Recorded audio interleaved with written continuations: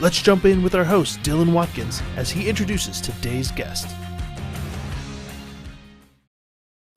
Welcome, young adventurers. Dylan here. And on today's podcast, I interview Chloe Duckworth. She's a sophomore at the University of Southern California studying computational neuroscience. She's also a student entrepreneur as the co-founders of Valiant Vibrations, a sensory substitution technology translating emotions into vibrations, and Hope Hearted, a nonprofit providing COVID kits to the unhoused people in the Bay Area. So I'm very excited to talk to her. And just 3, 2, 1, let's welcome Chloe Duckworth. Hey, Dylan. How's it going? I'm doing great. How about you? I'm doing awesome. Today's a good day. Today's a good day. Yeah, it's great to have you on. I'm really excited. You've done so much at such a young age. It's fun to dive in to kind of see how that all happens. So you're right now at USC. How's that going for you? Yeah, I really love USC. Right now we're online, and I took a leave of absence to work full-time on valence vibrations, and I'm also working for another neurotech company called BrainMind. So I've been keeping busy, but it's been nice to not have online classes this semester. Yeah, it's a whole new way of this whole post-pandemic thing. It's just all of a sudden everyone just says, okay, online is just the way it is, and you just have to sort through it. But at the same time, you can do a lot of really neat connections, right? We can meet and connect and do things that not quite as possible before. When you're going through this, so you're focusing on computational neuroscience. Can you talk to me a little bit about what that is and what your interest is around it? Yeah, definitely. So computational neuroscience is bridging neuroscience, the study of the brain, and computer science, study of computers and how they function. And so within computational neuroscience, I specialize in sensory substitution and augmentation. So this is this idea that you can use computer systems and machines to augment, or in some cases, substitute sensory experiences. So in the case of valence vibrations, we're substituting the natural way that you're receiving emotional information from people as you're speaking into vibrations. And so as you're talking with someone without my device, you're naturally trying to perceive emotions, facial expressions, vocal tone changes, sort of complex body posturing changes as well. But our device is substituting all of these senses into one discrete output. Got it. And then so with the device itself, so what you're talking about is you're translating like sound, it seems like, into haptic vibration. So you can get the translation of emotion, right? So almost taking the not semantics, I guess that might be the word, of kind of the emotion of the way it sounds, and then that gets is that the main biofeedback translation point? Exactly. So we're looking at, it's called valence actually, and you're looking at basically changes in vocal pitch over time. And so each person has a different pitch baseline, but as you look at their different inflections and sort of changes over time, you're able to understand the emotions encoded in those pitch changes. And so I'm actually wearing the wristband right now in the camera. This is the Neosensory Buzz. And Neosensory is a company that translates audio into vibrations to help deaf people. And so they've been on the market for about a year now. And I connected with their CEO, David Eagleman, who suggested that I start developing a product or a software for their hardware. And so I entered their Developer Innovation Challenge last summer with a friend, and we've been developing ever since. Oh, super cool. So was that the challenge? Was that like a weekend challenge? Was that over a period of multiple weeks? Or what was the structured format for the challenge? Yeah, so they had, I think it was over the course of 2 months. And the first part of the challenge was just submitting ideas. And so I think they had something like 100 ideas submitted, and they picked 5 or 6. And we were one of those ideas. We were finalists in this challenge. And then they gave us a month and a half to sort of develop a software for that.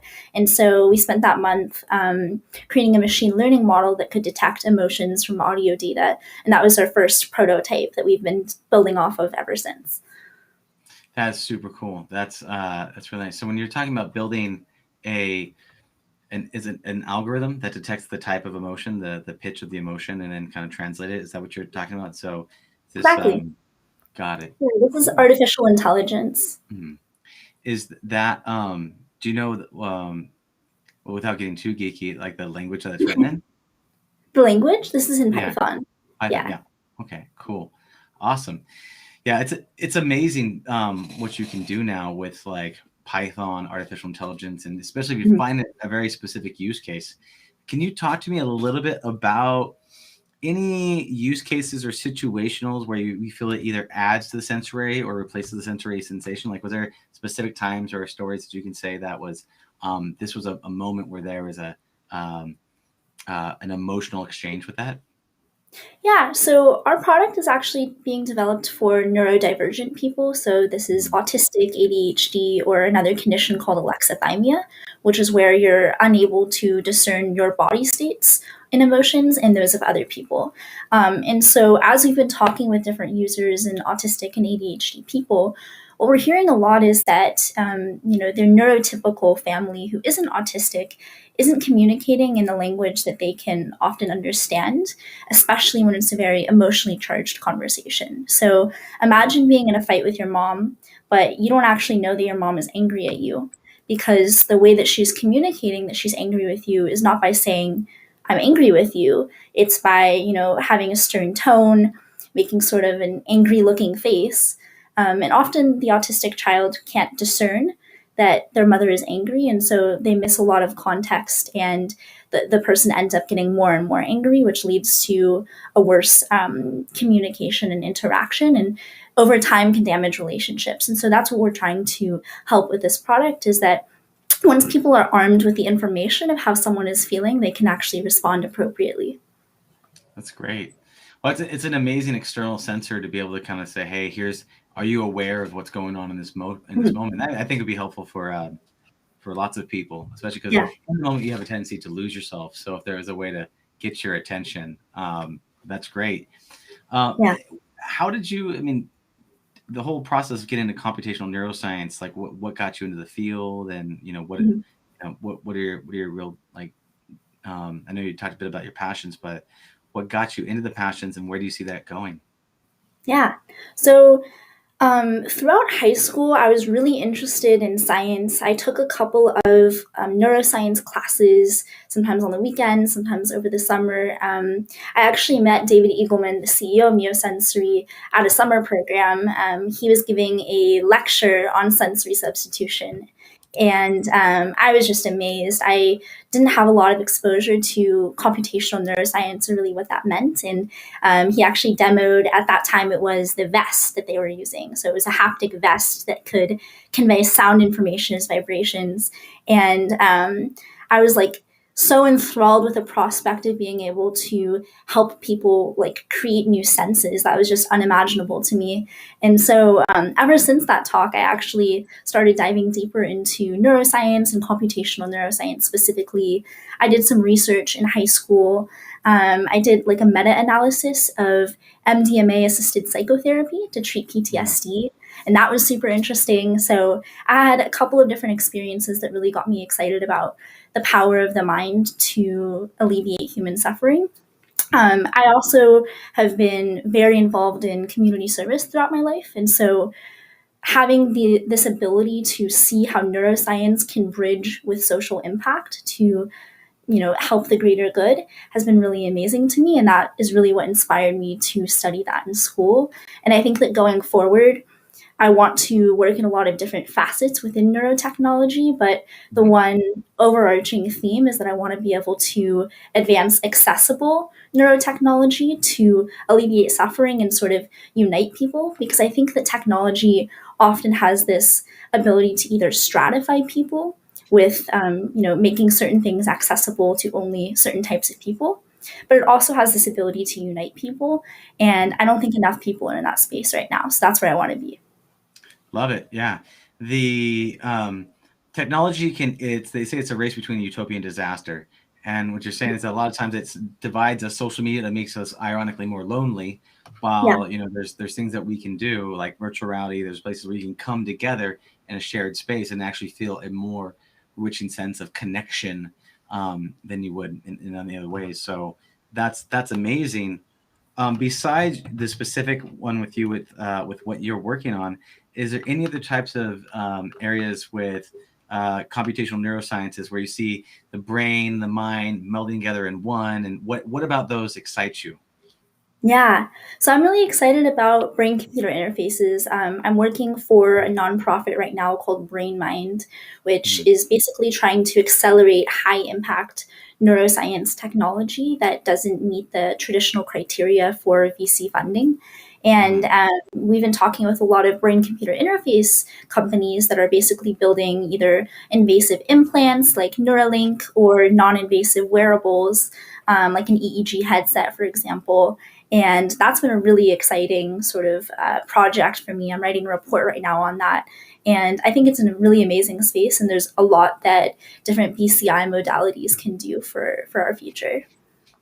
Would you get the Elon Musk Neuralink in your brain if that was an option? If he came out tomorrow, like, is that something you would sign up for, or what are your thoughts around that? Yeah, I mean, I think it's definitely something that needs to be thoroughly tested. Right now, it's in animal models and it hasn't been tested in humans, so I wouldn't get the implant until, obviously the due diligence has been done. And I think their initial use case is more for the disabled population. I think they're working with people with spinal cord injuries first. So, yeah, I think I would wait until it's been tested more, but I think it's a really, really cool technology, and I think it's very powerful when used correctly. Yeah, 100%. It's one of those ones. It's so amazing, but it's like I don't necessarily want to be the first one to go. Obviously, Yeah, the question is, at what superpower do you need to get to be able to, like, I'll risk it? Like, what is it? I Is know. it is it Yeah. is it like, learn kung fu in 3 seconds? Is that the thing? And if you could just download French, would that be the thing that would say, okay, I'll put it in my brain? But it's always one of those ones because it depends on how powerful the technology is. Think of what the cell phone can do right now with, Yeah. for good and ill. It's just really fun to think about and see. So, so with that, like, one of the things I often look at is, being both the player in the game of life and the dungeon master. How in the way of with the neuroscience and looking at the brain like a computer and also possibly like a game, do you see any people setting up neuroscience like a game? I know there's things like Flow, I know things like that, but do you see any people Mhm. making these kind of game-like models around neuroscience? Yeah, I have seen that a bit. I think particularly in the wellness space, there are a Mhm. lot of like meditation and mindfulness apps, things trying to help you with sleep, things with anxiety, etc. And some of them are formatted more. They're more gamified than Mhm. the traditional therapy model. There's like rewards for using the app more, things like that to sort of incentivize you using it further. I think in the traditional game model where you're literally like in gameplay working on your mental health, I haven't seen that, but I'm sure someone will try to do that soon. Yeah, they'll people are making games all over the place. I was curious just to learn how they all bridge together. Have you? Because I'm definitely very big into the VR space. Have you played VR? Is that a world that you've been a part, or are you mostly in the biofeedback neuroscience space? Yeah, I'm more on the biofeedback side. Mm. I have, connected with some VR folks. It's really interesting. And I think, especially during the pandemic, I've seen some really interesting use cases for that. I forgot the name of the company, but there are a couple people working on virtual concerts where you literally like take the blue pill in the concert as if you were actually there. Yep. And it's like a really crazy room. It looks like a rave. So Yep. that's really cool. I haven't done that myself. I played, I think, one VR game, and it was related to exorcism, and it was very terrifying. And I was really scared. Like when I came out of the VR experience, I was still scared, and my dad was Oh, there with me, and I was like, "Oh gosh!"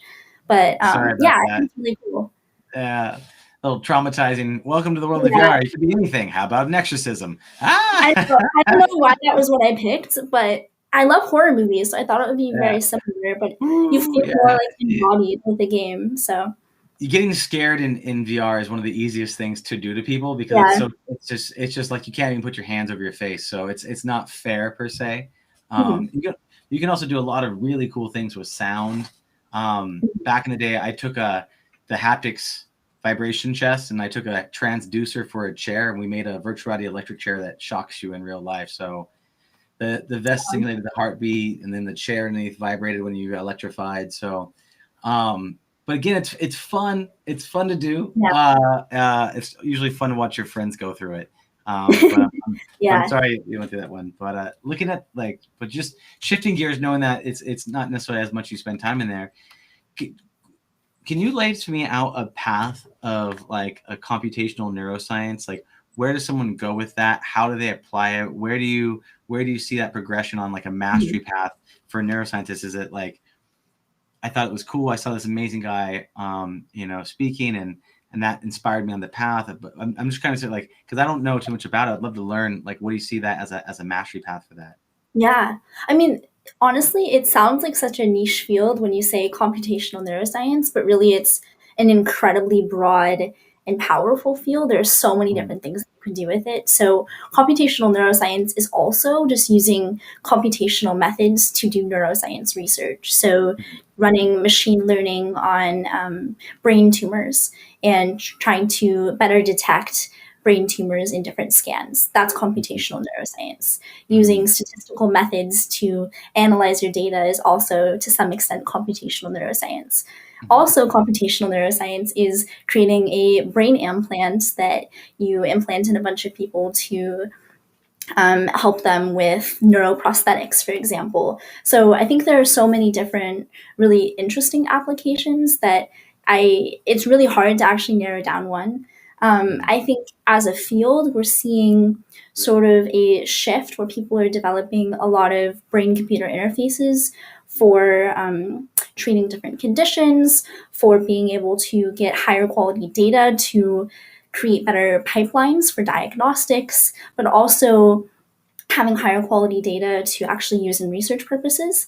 And so I think that the near-term application of different brain-computer interfaces will be for research. And as we're aggregating, an unprecedented amount of brain data, that will lead to a lot of breakthroughs, which I think are really exciting. And the brain has been a really hard organ to study, and it's delayed in its progression compared to other organs because you can't invasively view it or do like exploratory surgery like you can in other regions. So it's much harder to get high quality data without a lot of noise because you're relying on very crude neuroimaging techniques. And so I think brain computer interfaces are offering an amazing, unprecedented opportunity to gain really important data that we haven't had before. So I think that a lot of the applications will sort of direct towards that path.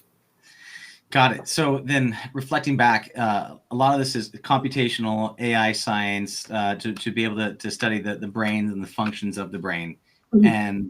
And so, I mean, you can go in any which direction because yes, it's somewhat a taboo to do open experiments poking around a human brain just to see what happens. So Yeah. I could see the limiting growth that you have in that space. With that, one area that I've always find fascinating in terms of the brain is flow. So Mihai, and the whole, you could get into the flow zone where I think the acronym STIR, like it's timeless, selfless, all that. What are your thoughts around flow? What are your thoughts around neuroscience and flow? Is it measurable? Do you have any experience with it? I'd love to get your feedback. Yeah, I actually don't have a lot of experience with flow personally. I don't have like a regular meditation practice. A lot of the people around me do have it, and I think that it's something that everyone's really recommending. So it's really on my list to try out, basically.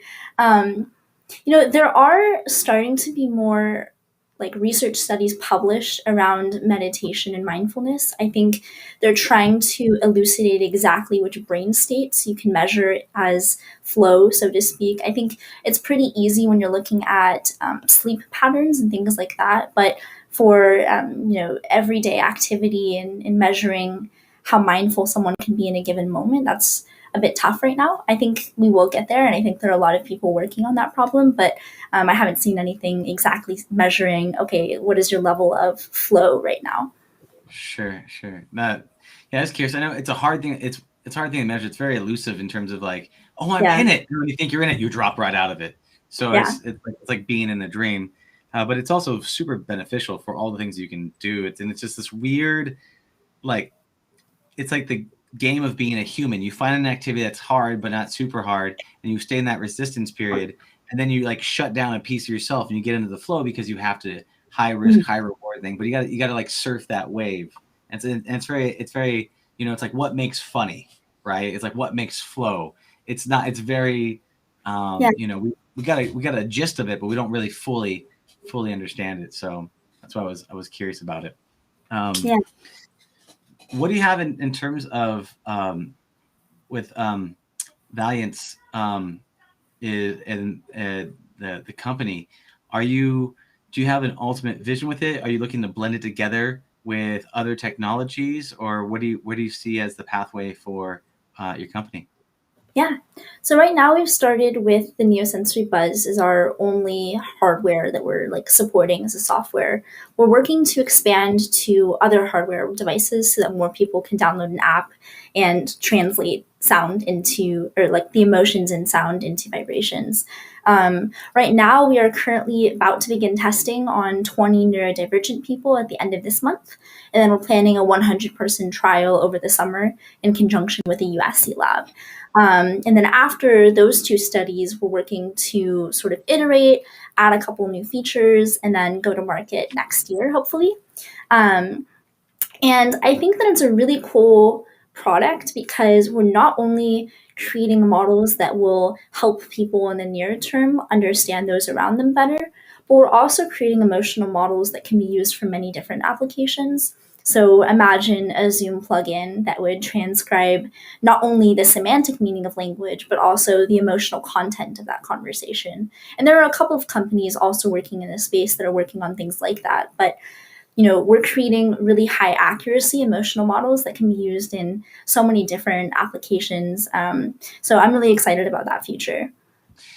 Yeah, that'd be incredible. I mean, even for people, again, it's the part of like social emotional regulations, mindfulness, whatever you want to call it. The first step is emotional awareness. Mhm. You can't regulate or modulate or avoid or any of those other things. You can't take an action unless you become aware. So I could definitely see that as an amazing use case. If no matter where you're at, if you're starting to get alerts on your wrist that, hey, pay attention, you might Yeah.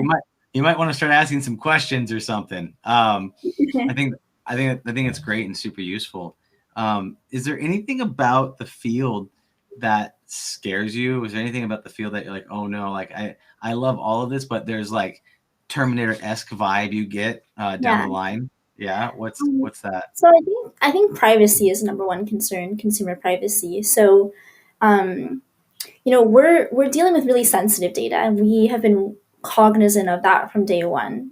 People are essentially having audio data analyzed by our algorithm and then the emotions extracted from them. And so we are actually not storing that data ourselves in the cloud. We don't have access to what someone's saying on a daily basis. It's all being processed on their phone. But there are certain issues with the sort of data that we are analyzing, the emotions of neurodivergent populations, which are in a vulnerable class online, because neurotypes have been and will continue to be exploited on things like Facebook and Instagram. And oftentimes, vulnerable populations are the ones that are targeted by advertisement campaigns that are trying to influence the way that we're voting or what we're buying and things like that. So we're being very cognizant of the privacy and the security of the data that we're collecting and making sure that we are thoroughly encrypting it so there's no issues with consumer privacy. And I think that in the field, there isn't enough of an industry standard to put the consumer's privacy as number one priority where it should be, especially when you're working with populations that have been historically discriminated against in advertising campaigns online. Yeah, privacy, recording people's audio. It's really strange. Like, you can record video, and that's totally fine. But if you're recording people's audio, if I just put this thing right here, it gets very weird. Yeah. And it's just there's something about that. It's like I don't care how you, I don't care if you see me, but if you hear me, it's very personal. Yeah. And you're right that the having access to that kind of data, especially with how hungry people are for data, could make a lot of challenges online. At the same time, it empowers them if it gives them insights to who they are. Like your cell phone, it does Yeah. so many amazing things, but it also knows where you are all the time. And so it's one of those trade-offs for that.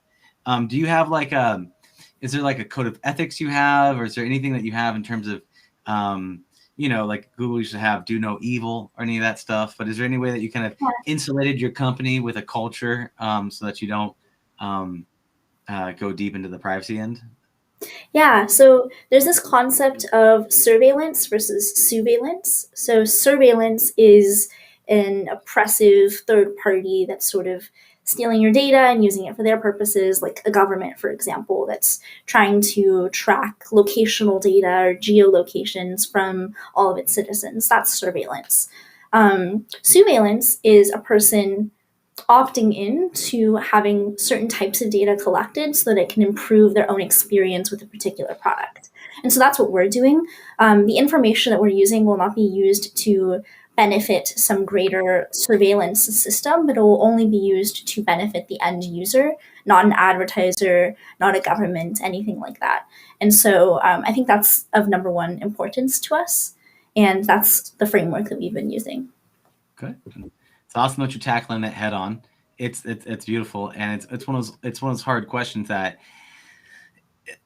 whenever stepping into a new technology, a new space, a new anything, there's always like responsibilities. I know in virtual reality you have a lot of responsibilities, like don't scare the crud out of people when they first put it on.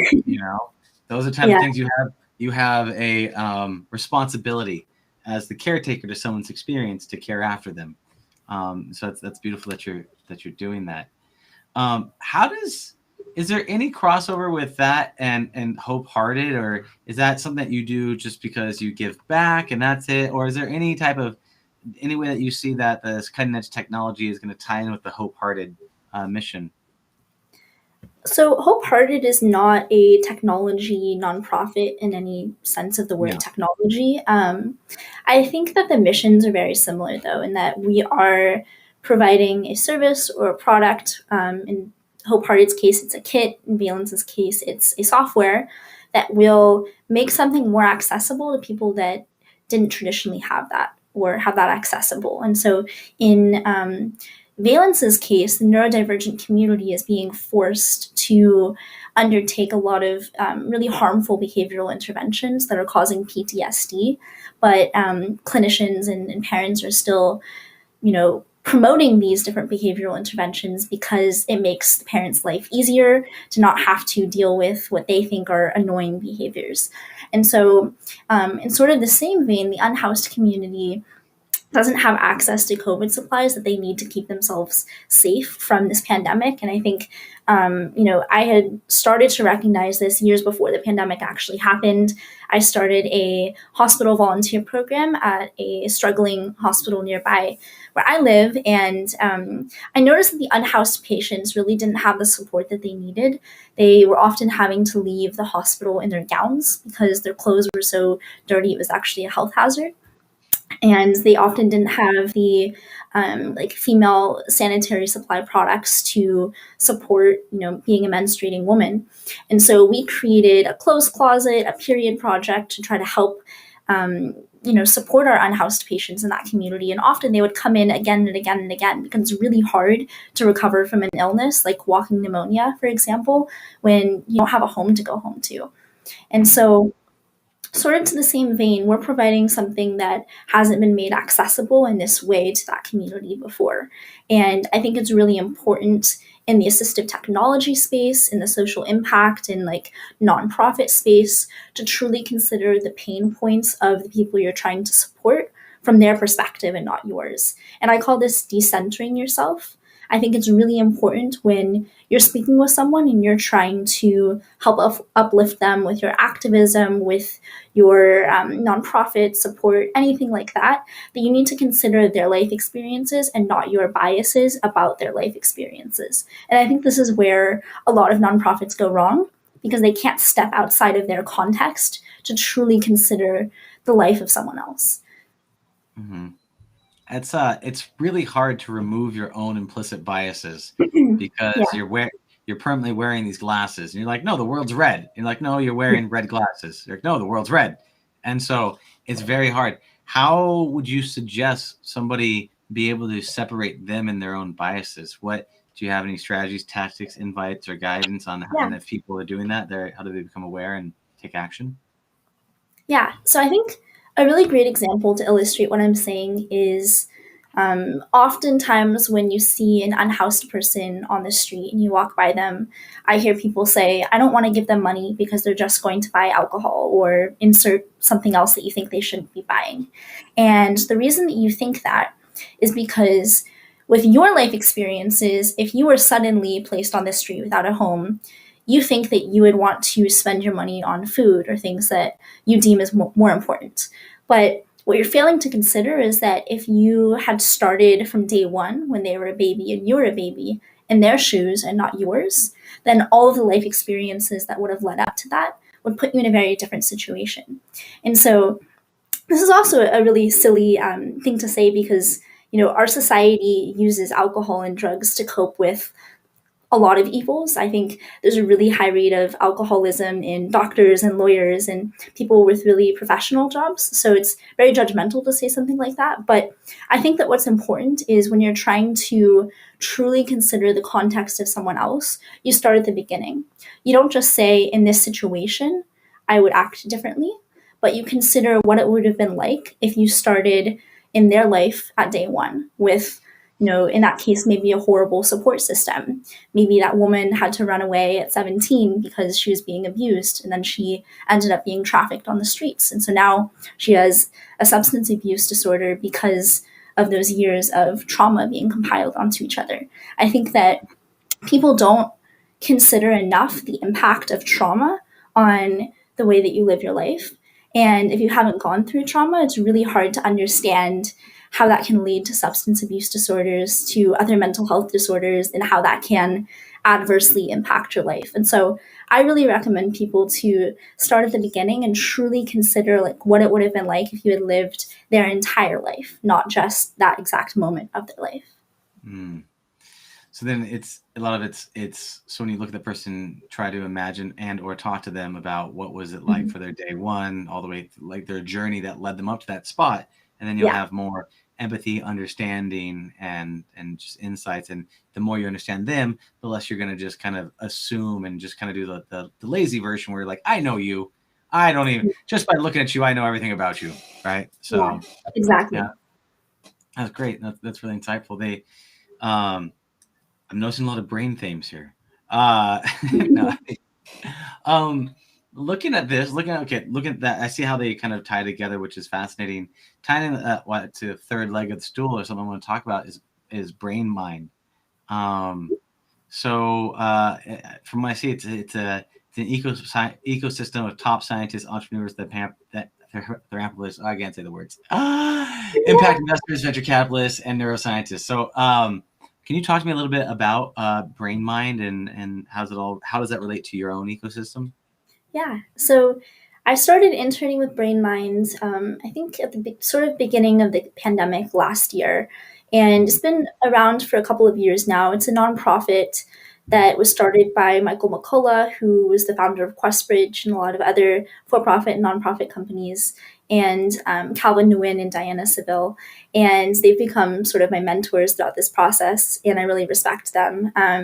They created this wonderful ecosystem of sort of the top authorities within neuroscience. There's investors, philanthropists, academics, entrepreneurs, and a lot of other various stakeholders. And so what they're trying to do is that they've identified that a lot of the really high impact science that could benefit humanity is not reaching people because it doesn't fit the traditional VC model. And so we call this the valley of death of neuroscience. And basically, high impact science isn't reaching people because it's not getting funded early enough. A great example is brain computer interface technologies. Because it's such a novel technology, they can't have a really high initial ROI because they need years and years to research and really test these things in trials, which doesn't naturally fit the VC model very well. And so we're trying to gather together all these different stakeholders, some seeking funding for their projects, some with the capital to deploy in these really high impact projects, to really curate an ecosystem of people working to advance the state of neuroscience today.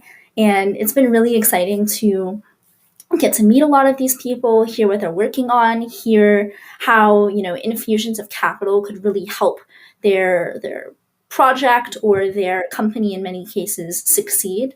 And I think being able to create these partnerships between stakeholders has been really amazing. That's really interesting. So it's like, this is deep science. This is impactful science. This is also a long game kind of thing. And we're not a pharmaceutical company that can basically front load all the costs here and be able to embrace it. So basically gathered everybody, a cohort of people, an association that are all into neuroscience and BCI technologies, and really kind of create a space of, hey, look, there's the best ideas will float to the top.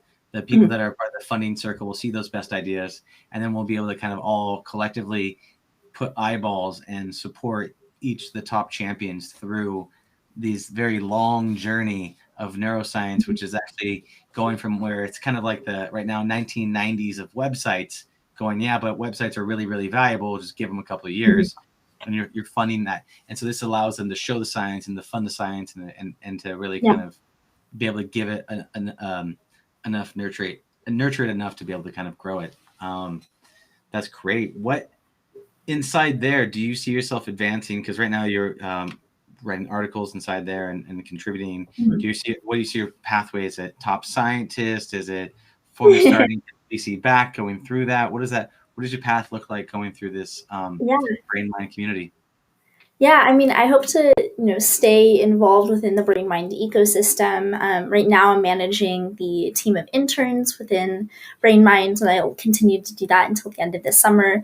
I'm going to stay involved with a lot of their initiatives, which are sort of longer term projects that I'm really passionate about, and stay involved in the organization. I don't know exactly what that title looks like, but as a young female founder of a neurotech company, I hope to stay involved with their ecosystem of people. They've introduced me to so many different mentors and advisors and people that have been guiding me along the process of starting a company and nonprofit, actually. And I'm really grateful for that opportunity. That's awesome. Can you tell me a little bit about the Alzheimer prevention masterclass, and if that has anything to do with the heart flow technology? Yeah, so they're actually two different things. Okay, the Alzheimer's Masterclass was a really cool project. I actually helped edit the video series.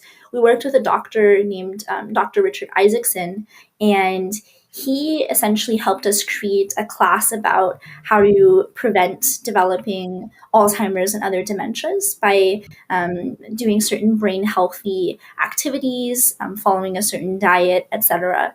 And so that was a really fun project because a lot of the science is ever evolving and hasn't really been disseminated to the public in a consumable way quite yet. It's often getting stuck in these academic journals that are really hard to read and people don't really know what they mean, and it doesn't reach the people that need to read them. And so it was really cool to create this series basically telling you how to live your life to help prevent Alzheimer's best you can. That's awesome. What do you have like a 2-minute cliff notes on what to do to prevent Alzheimer's? Is there a diet and exercise and broad stroking? Just like, I'm sure we can go and check out and link it in the bio if we need to, but do you, just for the sake of sheer interest, what do you do to as broad strokes to prevent Alzheimer's? Yeah, I'm going to recommend everyone watch it actually, because I think it's really hard to condense all the awesome information there. How do they find it? How do they find it? It should be on the Brain Mind site, but I can provide you a link afterwards. Okay, yeah, we'll get that Brain Mind site. Okay, cool. Yeah, and that's always great because when someone hears like, "Hey, all your answers is in that bucket." Okay, well, let's move on. Like, wait, no, hold on a second. Let's get that information out of the bucket and see what we do. But yeah, we can link it up there, Brain Mind site.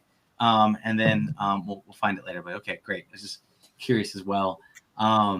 Is there anything that you do in terms of brain health? Do you have healthy routines now that you're in the space? Do you take 600 pills a day for your brain health? What is it that you do every day or every week as rituals to keep your own brain healthy? Yeah, I think a lot of it is pretty obvious.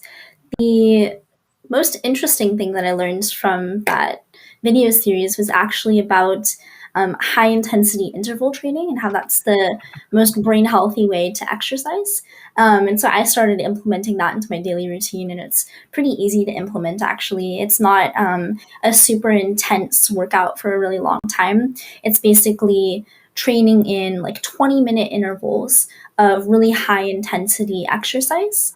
And the series that I use is like 40 seconds per exercise and then 20-second rest. So it's very, very doable. There's a lot of like beginner videos if you're not super into exercising and these timed video things.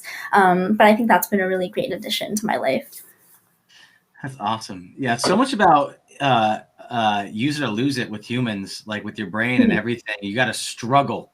It's like, oh, you want to sit in a warm vat of comfort? Great, you're gonna shrink. But you like there's something even with your brain, you need to struggle. There is something about the like I'm not comfortable with this at all, which is your body's like, good job, way to keep that up. Do you have any thoughts on like autonomic nervous system, the vagus nerve, sympathetic, parasympathetic nervous systems? Are any of those things you look at and study? And do you have any thoughts on those? Yeah, you just named a lot of things there that are very different, but there are some interesting vagus nerve stimulators that are working on things like depression. Some of them are invasive implants, but there's some interesting ones that are popping up that are like ear clips or different like wands that you can rub right underneath your ear. So I think that's sort of an interesting application of brain-computer interface technology. What else did you name? The sympathetic nervous system versus parasympathetic. I don't have like a technology to recommend, but I think there's a lot of really interesting research there. Yeah, I just threw the when you're looking at like emotional states and controlling emotional awareness and all that stuff, like your fight or flight systems will kick in, right? And you've got to find a way to be able to regulate those systems. High level training is one way to stimulate that. There's other various emotions and things like that. So I've had some people in the podcast that they've built like applications, like in VR applications, things like that, to help to regulate that. And to me, I'm always very interested in people that are, Yeah. you're in that space and you're talking about a lot of emotional. You have a lot of audio translations to the hands to know, because that would translate into emotional regulations like Wim Hof breathing, and that kind of stuff. So just always seeing, I really didn't know about any like wands or ear clips. So I haven't taken a look at any of that stuff. But where do people go to find out the science on this type of stuff? If they want to get in deep into this. Yeah. Yeah. So if you want to go deep into it, I always use like Google Scholar or PubMed. There's a lot of like open source science there. Oftentimes it's in academic jargon, but if you sort of read the articles very closely and use a lot of like Googling of what does this term mean, I think it's approachable to most educated people. And I think there are a lot of sites that do a pretty good job, like Medium, for example, of scientists going on there and sort of communicating their ideas in a more accessible way. And so I think that Medium and Wired articles have done a lot to help communicate science to the public in a way that they can understand. And I've really enjoyed reading different articles in fields that I'm not in. Got it.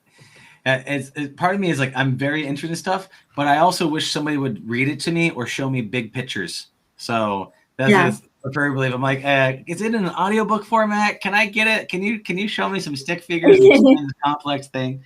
It's amazing all the data's out there. It's just trying to find out like, oh yeah, there's communities that they can. Is the brain mind like one of the bigger communities for something like this? Is that? Yeah. I would say we're the biggest community within neuroscience. And, this is a problem that we're actively tackling is that communication of science is not done enough, and it's not done to the quality that the public deserves. And so we've been working on different like science communication projects to explain different concepts to the public in a way that they can use and integrate in their daily life. So that's what this video series was on brain health. We've created some scientific animations for different neuroscience concepts, things like that. What about so you mentioned something interesting. So hey, all the information is out there. Google it. Go Google it and read closely, and your information is there. That is one barrier to entry for really getting up into this. As you have gone to college for this, and a female-led founder of the company, and just stepping into spaces, what other threshold guardians have you faced as you've been building out this wellness product and really just advancing yourself in this, tech society? So I'd love to learn some about your threshold guardians that you face. I think one of the big barriers that we're facing with Valence is people don't have a great understanding or appreciation for neurodiversity. And so much of the conversation in the United States especially is, autism is a disease, it needs to be treated or cured, it's tragic. Autistic people are either like severely low functioning, which I don't use functioning labels, but that's a lot of the rhetoric that we're hearing, or they're geniuses. And this is sort of promulgated by the way that the media is portraying autistic people. And this is really problematic because it influences the way that parents are treating their autistic children, and thus, allowing behavioral therapists to spend 40 hours a week trying to use operant conditioning to train their autistic people to be less autistic, essentially. And so I think that's been a really big barrier in what we're trying to do, because we're creating a pro-neurodiversity product with this thesis that you don't need to change autistic people. They don't need to be cured. They don't need to be treated. They need to be supported. And what we're doing is making a certain type of information that's harder for them to process, simpler to process, essentially. And because so many people don't believe that that's the right trajectory for how to handle autistic people, I think that's been a pretty big barrier in terms of gaining trust in the community, because there have been so many different harmful interventions that have been forced on autistic people throughout the years, and there's been so much trauma there that it's really hard to convey to people that, we're not like them. We support you, we uplift you, and we're not trying to change you to make you less of who you are. We think diversity is beautiful and it needs to be empowered and uplifted. Awesome. So instead of saying you're broken and you need to be fixed, you're like, hey, let me supplement what you can do, so that you're basically, you have all the data you need to be able to make decisions, right? And that's exactly emotional data or any of that. So yeah, this is called the social model of disability, and it's this idea that you are not disabled because there is something intrinsically wrong with you, and that you are worse than any other person who isn't disabled. It's that our society is not designed to meet your support needs.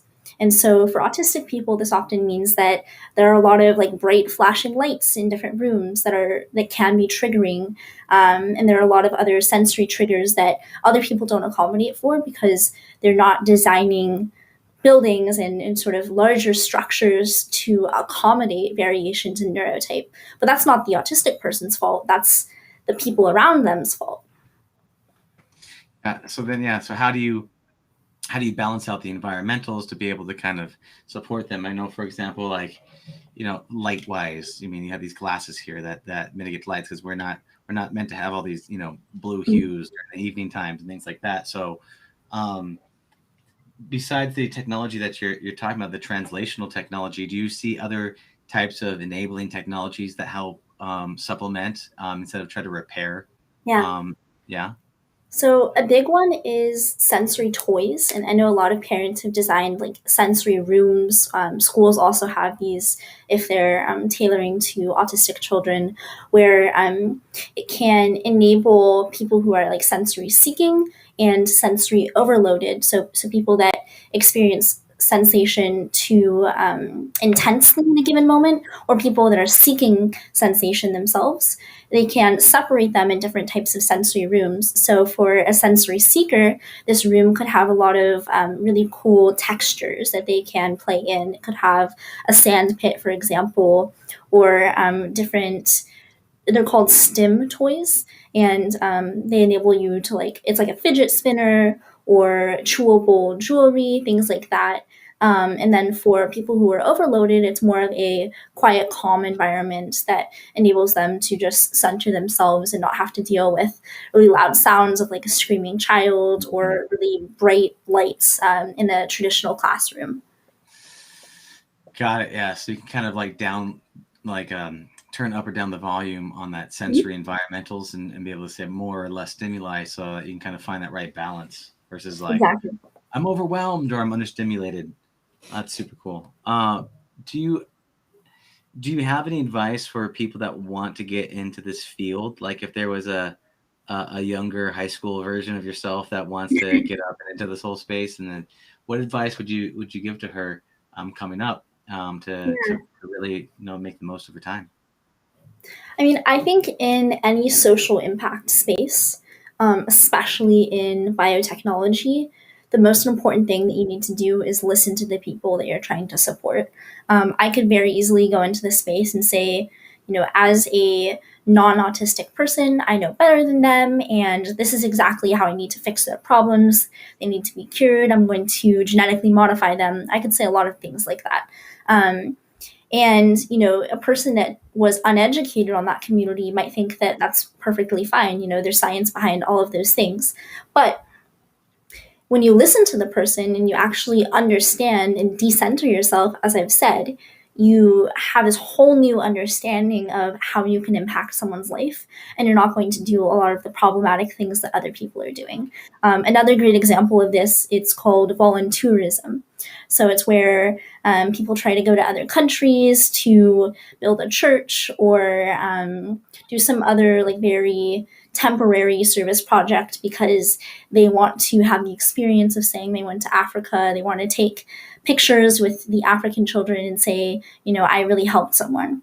But oftentimes these projects backfire because they're not doing something that the community actually needs them to do. So they're just going there, exerting their external influence on a community, and then oftentimes they're harming the community. A great example is Tom's Shoes, who was donating shoes to other countries, and they actually took out all of the shoemakers in the process of all of these communities. So now they lost their job, and they harmed the communities that were relying on that shoemaker to make an income for a larger family, things like that. So you really have to listen to the people that you're trying to help and not try to think that you know better than them just because you're in a space that they're not. Listening is really important, and I wish people would find a way to embody the signals that other people are giving them. And I hope that my product can help with that so that we can build a collective empathy and make this a lot easier. That's beautiful. What advice would you give to people to be able to get into that listening mindset, whether they're working with autistic people or not? How do you broach the subjects that might be difficult? How do you dive in if you're hearing something that doesn't seem like it's accurate and you feel like that's not 100%, whether intentional or unintentional? How do you deepen those listening skills? I think you need to do a lot to build trust.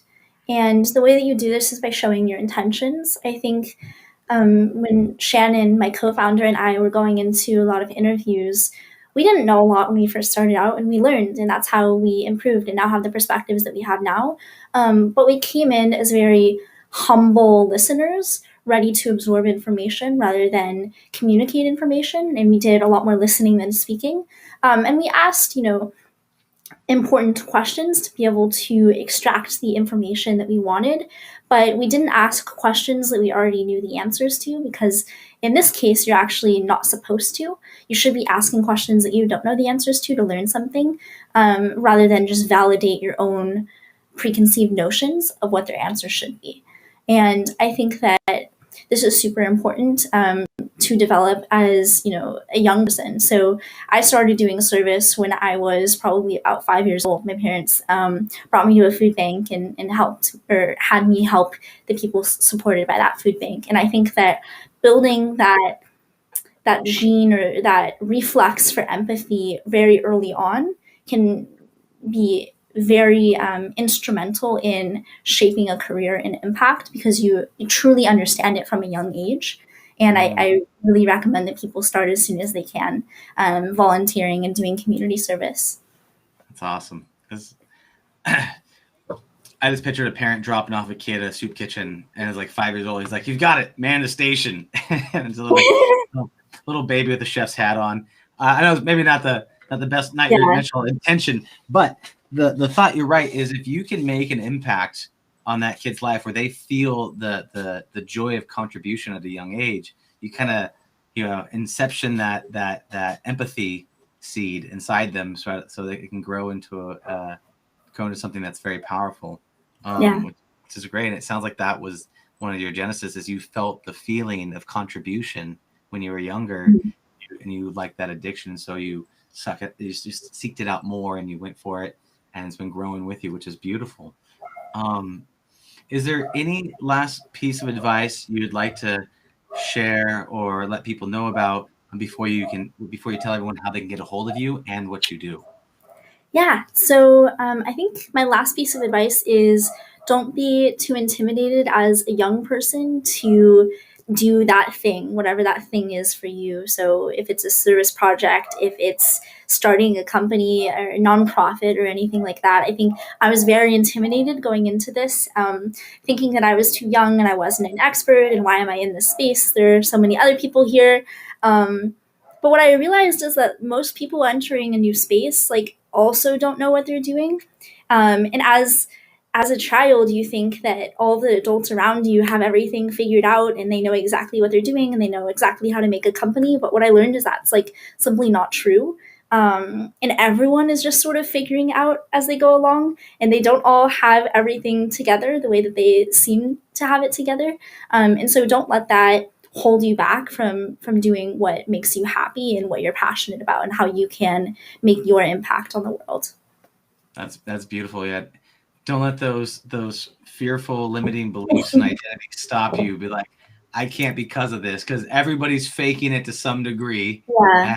And we don't know. We just grab the steering wheel and say, it's my turn. Where are we going? All right. And then you're like, I have no idea where we're going. No. So that's beautiful. Yeah. And I love that you're able to kind of stick with it and get past those negative beliefs and stand the grind to where you start to see yourself over time as like, oh, I actually am, a scientist. I am an author. I am insert the thing that you didn't give yourself permission to feel, because, we all have to step into those identities when we're ready or when we're not ready, and just got to believe it in order to make it happen. So I love it. I think that's wonderful, Chloe. Well, thank you so much for your time. I really appreciate this. This has been a pleasure. I wish you the best on your journey and your company. You've got many miles ahead, but you're in a beautiful spot in college. You're already building up a company. So love to learn more as you progress. So thank you so much for your time, and have a beautiful day.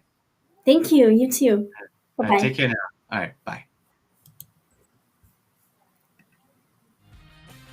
Thank you for listening to the Heroes of Reality podcast. Check out heroesofreality.com for more episodes. While you're there, you can also take the Heroes quiz to find out what kind of hero you are. Or, if you have a great story and want to be on the podcast, tell us why your hero's journey will inspire others. Thank you for listening.